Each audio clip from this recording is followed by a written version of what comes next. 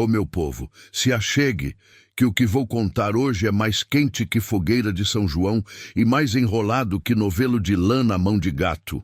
Foi numa madrugada de lua cheia, lá pros lados do sertão do Pajeú, que o capitão Virgulino Ferreira da Silva, Lampião, o próprio, botou os olhos em duas mulheres tão diferentes e tão bonitas que parecia até que Deus tinha feito só para testar o juízo dele.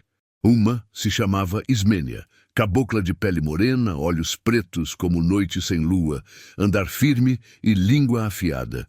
Olhava para os homens como quem mede o peso e o valor, e só respeitava quem provasse ser digno. A outra era Rosalva, branca como algodão, cabelos claros e sorriso doce, mas com um ar misterioso, como se guardasse segredos capazes de virar destino. O povo daquela vila jurava que elas eram rivais desde menina, mas naquela noite algo as unia. Ambas estavam enredadas no jogo sujo de um coronel local, homem de poder e de maldade. Cada uma, por motivos diferentes, queria distância dele, mas viviam presas pelas circunstâncias. Foi Lampião quem chegou, montado no cavalo baio, chapéu de couro caindo sobre os olhos, rifle nas costas e aquele sorriso torto que fazia mulher suspirar e homem desconfiar. Parou no meio da praça e olhou para as duas como quem escolhe o rumo da estrada. Mas em vez de escolher, guardou o silêncio, deixando o mistério no ar. "Pois é", disse ele com a voz calma, "se o destino foi capaz de botar duas belezas dessas na minha frente, acho que vou ter que conversar com as duas, de perto." Ismênia sorriu com desafio.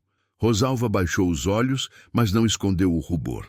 E ali, meus amigos, começou um jogo de sedução que iria atravessar tiros, fugas e noites inteiras. Se essa história já te fisgou só pelo começo, deixa teu like, comenta aqui embaixo de qual cidade tu tá assistindo e já se inscreve no canal, vice?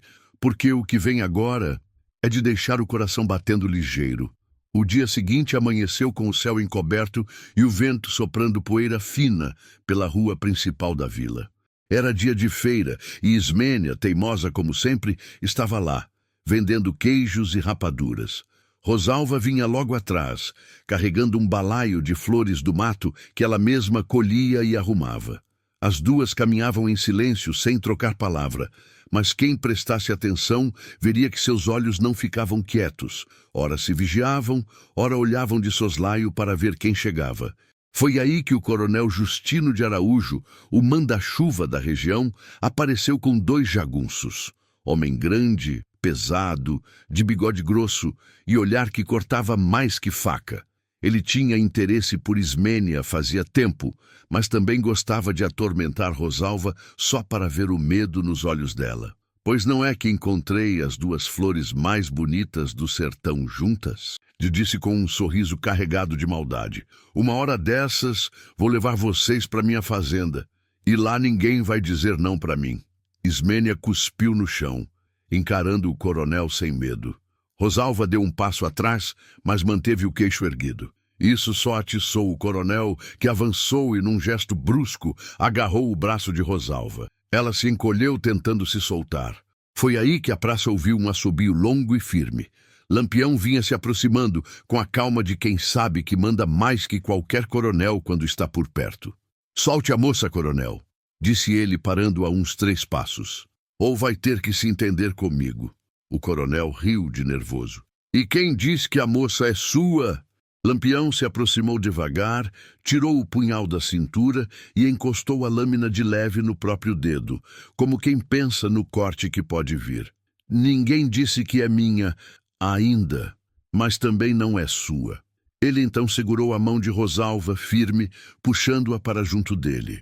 Com a outra mão, tocou de leve no ombro de Ismênia, trazendo-a para o outro lado. Ficaram ali, os 3, de frente para o coronel. O povo em volta murmurava, sentindo que estava começando algo grande. "E digo mais, coronel", completou Lampião, olhando nos olhos dele. "A partir de hoje, quem encostar nessas duas sem permissão vai ter que me encarar." Ismênia sorriu com satisfação. Rosalva, ainda ofegante, apertou de leve a mão dele, num gesto que dizia mais do que 1000 palavras. E ali, no meio da feira, Lampião selou um pacto invisível com aquelas duas mulheres. Um pacto que ia muito além da proteção. O coronel Justino não engoliu a afronta. Na manhã seguinte, espalhou jagunços pela vila e mandou recado. Se Lampião quisesse se achar dono das duas, que fosse até a fazenda dele conversar como homem. Lampião, que não corria de desafio, aceitou. Saiu montado no cavalo baio, mas não foi sozinho. Ismênia vinha à esquerda, montada num cavalo castanho, o corpo inclinado para a frente, o olhar faiscando. Rosalva, à direita, num animal branco, deixava o vento bagunçar seus cabelos claros, enquanto vez ou outra lançava olhares para Lampião, rápidos, mas carregados de algo que ele já conhecia bem, curiosidade misturada com desejo. Ao chegarem à fazenda, o coronel estava no alpendre, rodeado de capangas. Fingiu sorriso. Então veio mesmo, capitão. Vim, respondeu Lampião, desmontando com calma. Mas não para beber café. Vim para avisar que de hoje em diante essas duas aqui não são assunto seu. O coronel bufou. E vai fazer o quê, capitão? Vai casar com as duas? Lampião deu um meio sorriso, olhando de soslaio para Ismênia, depois para Rosalva, como quem pesa a provocação. Se eu quiser, por que não? Ismênia deu um passo à frente, o dedo delicado, mas firme, ajeitando o lenço no pescoço de Lampião. E se ele casar, coronel, não vai ser por papel nem padre, vai ser porque a gente quer. Rosalva se aproximou pelo outro lado, tocando o chapéu de couro dele, ajeitando como se fosse a coisa mais natural do mundo. E quem disse que mulher do sertão não pode escolher? O coronel cerrou os punhos, mas Lampião ergueu a mão num gesto calmo. Melhor não tentar nada, Justino. Hoje eu não vim brigar, ainda. Ele se virou para as mulheres. Vamos embora. Mas devagar, para ele entender que quem manda aqui não é ele. Na saída, os capangas abriram caminho. Lampião caminhava no meio, as duas aos lados, como se fosse um cortejo silencioso. O cheiro de Ismênia, forte e terroso, misturava-se com o perfume suave de Rosalva. Lampião sentia a proximidade das duas, e mesmo sem tocá-las mais do que o necessário, havia eletricidade no ar. Quando se afastaram da fazenda, Ismênia quebrou o silêncio. Tá brincando com fogo, capitão? E vocês não? Respondeu ele com um sorriso malandro. Rosalva riu, baixinho. Fogo é bom, se a gente souber controlar. Lampião lançou um olhar demorado para as duas, como quem promete algo que ainda vai acontecer. O caminho de volta foi lento, pontuado por trocas de olhares e palavras cortadas pela tensão. Chegando na vila, ele desmontou, ajudando primeiro Rosalva a descer, segurando-a mais tempo do que o necessário pela cintura. Depois foi a vez de Ismênia, que em vez de aceitar a mão, pulou direto, caindo perto o bastante para que seus ombros se encostassem. O narrador aqui, meu povo, vos digo, até o vento naquela tarde parecia saber que ali não era só briga de honra, mas um jogo de desejo perigoso que ninguém sabia onde ia parar. E tu, o que faria no lugar desse cabra? Ficava com uma, com as duas, ou corria antes que o coração explodisse? O coronel Justino não era homem de engolir ofensa sem revidar. 2 dias depois do encontro na fazenda, espalhou jagunços por todas as veredas que levavam para fora da vila. O recado era claro: pegar Lampião e as duas atrevidas, custasse o que custasse. Lampião percebeu a armadilha ainda na madrugada. A lua minguante mal iluminava a estrada quando ele bateu à porta da pensão onde as duas estavam hospedadas. É hora de ir, disse baixo, mas firme. Ismênia abriu primeiro, vestida com calça de montar e lenço amarrado no pescoço. Rosalva apareceu logo atrás, o cabelo solto e os olhos ainda marejados de sono, mas prontos para o que viesse.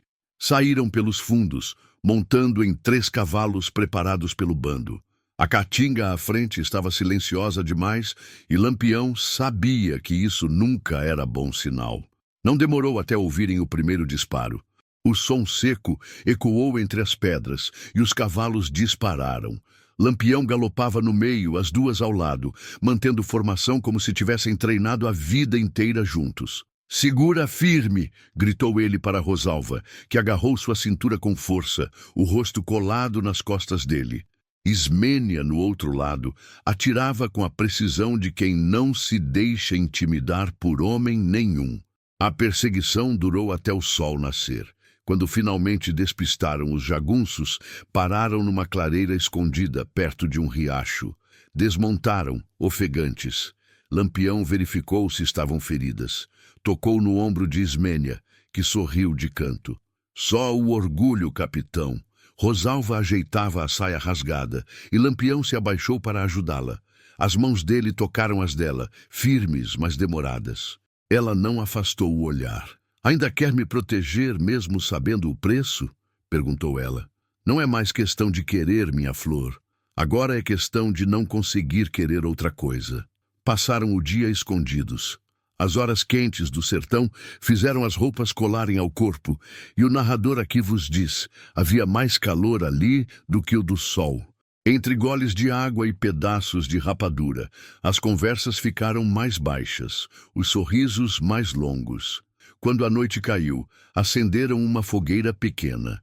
O crepitar da lenha parecia marcar o compasso do silêncio carregado. Ismênia se sentou ao lado de Lampião, encostando o ombro no dele. Rosalva se aproximou pelo outro lado, trazendo uma manta para cobrir os três. Frio desse jeito, a gente se esquenta junto, disse Ismênia, mas o tom não falava só do vento. Lampião olhou para uma, depois para a outra. A chama da fogueira refletia nos olhos delas, e ele sabia que ali não havia mais rivalidade, apenas uma tensão prestes a explodir. Vocês sabem que isso vai dar falatório, né? Disse ele, sorrindo. Que falem, respondeu Rosalva. Desde que a gente viva. O resto da noite foi um jogo de olhares, mãos que se encontravam ao passar a cuia de café, pernas que se encostavam sem pressa de se afastar. O perigo lá fora parecia distante, como se só existissem os três, o fogo e o sertão inteiro como testemunha. E foi assim, meu povo, que naquela clareira perdida, o rei do cangaço descobriu que proteger 2 mulheres podia ser mais arriscado do que enfrentar 10 homens armados, e muito mais tentador. O amanhecer chegou trazendo um silêncio estranho. Nem o canto do galo se ouviu. Lampião, deitado entre Ismênia e Rosalva, percebeu que algo no ar estava diferente. Levantou-se devagar e olhou pela mata. Sombras se moviam. Eles acharam a gente, murmurou. As 2 se puseram de pé de imediato. Ismênia conferiu a garrucha, Rosalva agarrou o rifle que Lampião tinha deixado ao lado da fogueira. Não havia mais tempo para esconderijo. Os jagunços surgiram primeiro, gritando e atirando. O coronel Justino veio atrás, com a fúria de quem queria mais que vitória, queria vingança. O tiroteio estourou como trovão. Ismênia, ágil, se moveu para o flanco esquerdo, derrubando 2 homens com tiros certeiros. Rosalva, embora menos experiente, manteve-se firme ao lado de Lampião, recarregando e atirando quando necessário. "Fica atrás de mim!" ordenou ele, mas Rosalva ignorou. "Hoje não, capitão. Hoje eu luto ao seu lado." O confronto durou minutos que pareceram horas. Lampião avançou até Justino e os 2 se enfrentaram frente a frente. O coronel tentou sacar a faca, mas Lampião foi mais rápido, derrubando-o no chão e pisando firme em seu peito. "Eu devia acabar com você agora, Justino", disse ele, o punhal brilhando ao sol. "Mas vou deixar você vivo, para aprender que no sertão, respeito é mais forte que medo." Virou-se para Ismênia. "Amarra ele com arame." E para Rosalva, "Leva a arma dele." Quando tudo acabou, o trio estava coberto de poeira e suor, respirando pesado. Os jagunços fugiram, deixando o coronel amarrado no meio da clareira. Voltaram para o acampamento improvisado. O silêncio agora era outro. Não o do medo, mas o de algo que estava prestes a acontecer. Lampião se sentou no tronco caído, olhando para as 2. "Hoje vocês provaram que não são só belas. São fortes, como qualquer cangaceiro." Ismênia se aproximou, sentando-se no colo dele, sem pedir licença. "E você provou que não é só valente. Sabe cuidar de quem está do seu lado." Rosalva veio por trás, passando os braços pelos ombros dele. o rosto colado ao dele. E agora, capitão? Vai escolher? Lampião sorriu devagar, olhando para as duas. Escolher? Quem disse que eu quero escolher? O narrador vos diz, meu povo, naquele momento o sertão guardou um segredo. As palavras sumiram, substituídas por toques, beijos e calor que nenhuma fogueira poderia igualar. Ali, na solidão da Caatinga, Lampião se tornou não só protetor, mas amante das duas, e elas se tornaram parceiras completas dele, na vida, na luta e no prazer. Foi uma noite longa, marcada pelo barulho distante da mata e pelo compasso acelerado de 3 corações que finalmente se permitiram viver o que vinha crescendo desde o primeiro olhar. Depois daquela madrugada, o sertão parecia outro para Lampião. Já não cavalgava sozinho na frente do bando. Ismênia vinha à esquerda, Rosalva à direita. O povo das vilas por onde passavam olhava com espanto. Não só porque eram belas, mas porque carregavam armas e olhares de quem sabia usá-las. Diziam que Ismênia e Rosalva, antes rivais, agora riam juntas à beira da fogueira, dividindo histórias e dividindo também o capitão. À noite, a tenda dele era sempre a última a apagar a luz, e ninguém ousava comentar alto, mas todos sabiam. O narrador aqui vos diz: não era amor comum, desses que cabem num retrato e acabam com o tempo. Era amor largo, feito de cumplicidade, respeito e desejo que não pedia licença para existir. Cada uma tinha seu jeito. Ismênia era fogo, impulsiva, desafiadora. Rosalva era água, calma, profunda. E Lampião, no meio, sabia beber das duas fontes. Na guerra contra outros coronéis, elas lutavam ao lado dele. Quando o bando precisava se mover rápido, eram as primeiras a montar. Em dias de descanso, cuidavam das feridas uns dos outros. E o capitão, com um sorriso satisfeito, dizia: meu coração não sabe dividir, só sabe somar. A fama dessa união correu pelo sertão. Alguns chamavam de pecado, outros de coragem. Mas, no fundo, todos sabiam que ninguém tinha o direito ou a ousadia de dizer a Lampião como viver. Os meses viraram anos, e a história cresceu como qualquer boa lenda.